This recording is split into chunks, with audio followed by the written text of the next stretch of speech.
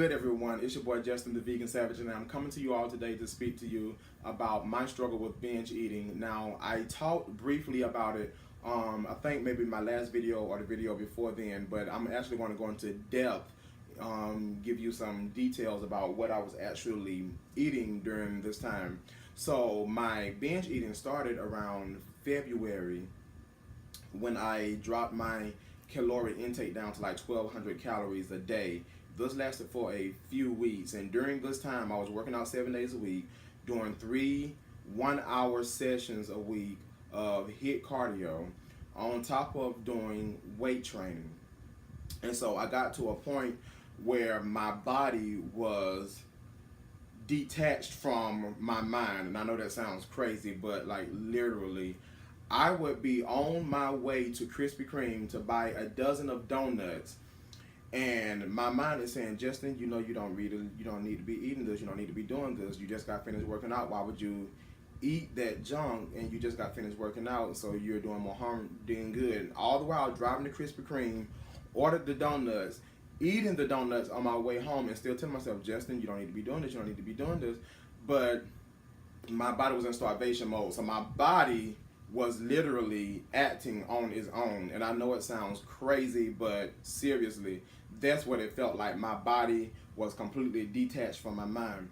And so if that wasn't enough, in the mornings before I would go to work, I would stop. There's a little restaurant here in Clinton where I live called Wyford's. I would stop there and order a breakfast plate. This was clearly before I went vegan. I would get hash browns, which were fried, 2 sausage patties, and a biscuit with eggs and some grape jelly. And I would get that, and then next door is a little pastry shop, and I would order 2 sausage kolaches and 2 maple bacon donuts from that store. And I did this every day that I had to go to work.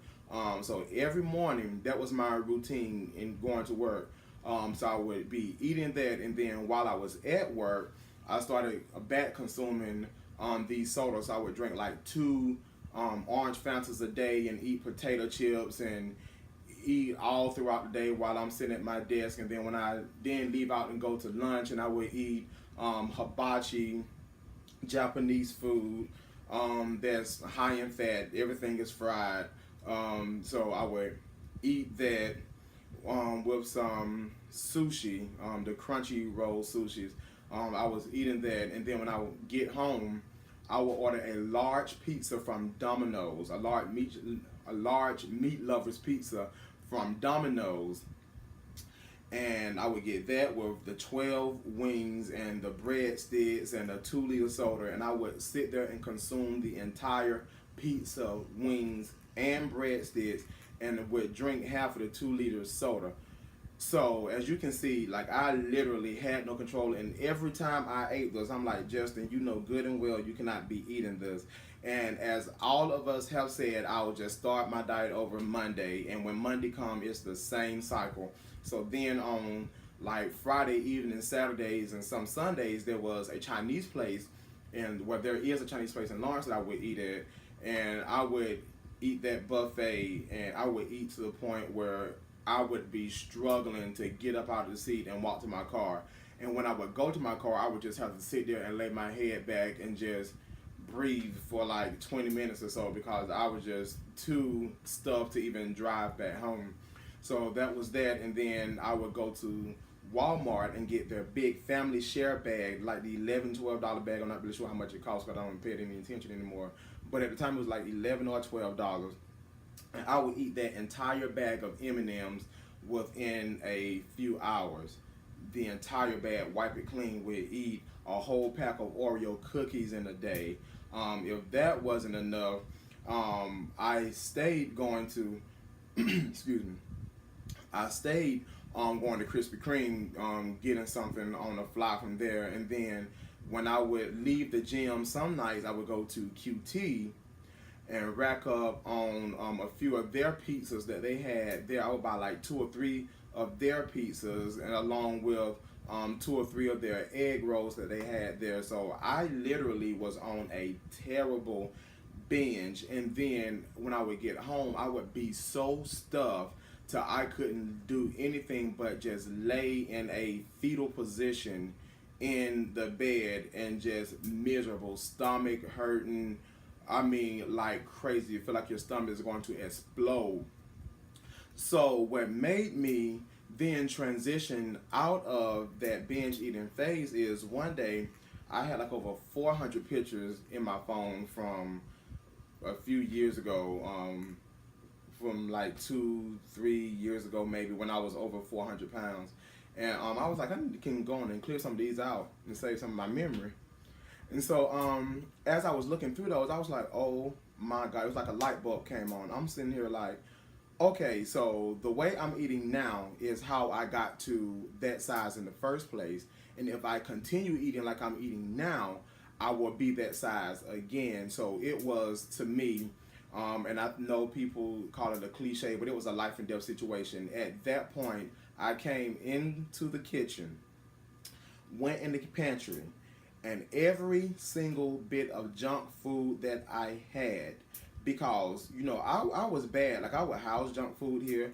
I would go through a whole quart of butter pecan ice cream in one day, and then I would buy two so I can make sure I had ice cream the next day to eat. And then once I finished that ice cream, I would go back to the store and buy two more so I can have two more for the next 2 days. And then I got to the point where I was like, okay, well, ice cream is not the healthiest thing to eat, so I'll just do sherbet. So I would go and buy two quarts of sherbet, and I would eat a whole quart of sherbet in one sitting, sitting here watching TV. And then I would eat the other half, not the next day, but a few hours later, I would eat the other half of the other quart of sherbet, and then I would finish it off a few hours after that. So it was real bad. So I got to the point where I was like, okay, this is the life and death situation. I will not continue to eat the way I'm eating. So I went in the pantry and cleared every bit of junk food out of the pantry, out of the refrigerator, out of the freezer. Like, I had nothing, no potato chips, because I would eat a whole bag of barbecue ruffle potato chips, or a whole bag of Cheetos. Like, any type of potato chips, I was all for it. So I threw every bag of potato chips out. I threw Oreo cookies out. I threw chocolate chip cookies out. I threw ice cream, sherbet, any type of junk food that I had, I threw it all out, because I was at the point where I refused to go back to where I was. And honestly, I couldn't afford to anyway, because at this point, I had cleared out my wardrobe, so I had no clothes to support a bigger size. So I had no other choice anyway. But seriously, so if you are a person that is, struggling with binge eating, just know that you have to figure out what is triggering your binge eating. And for me, because I can only speak for myself, what triggered my binge eating was my impatience to, slow walk my weight loss journey. I wanted to lose 5 and 6 pounds a week and all this, that, and the third. So I was, extreme calorie, taking my calorie deficit down to the extreme, was doing extreme workouts and all that kind of craziness. So my impatience, for me, is what triggered my binge eating, as well as me not understanding how caloric deficits and exercise works. I had no clue of how it worked. So that's what triggered my experience. But if you are a person that is struggling with that, you have to figure out what is triggering you to binge eat. And then if you can find the root of the problem, then there is definitely hope for you. So if this video helped you, make sure you like, share, and subscribe. A lot of people that I've seen heard their stories about binge eating has definitely helped me, and it has given me the courage to make this video about my experience, because I thought, well, I don't know of anybody else that has gone through this, but I'm glad to see that there are other YouTubers and people that are talking about their experience. So that definitely helped me. And as always, remember to awaken your inner savage. Peace.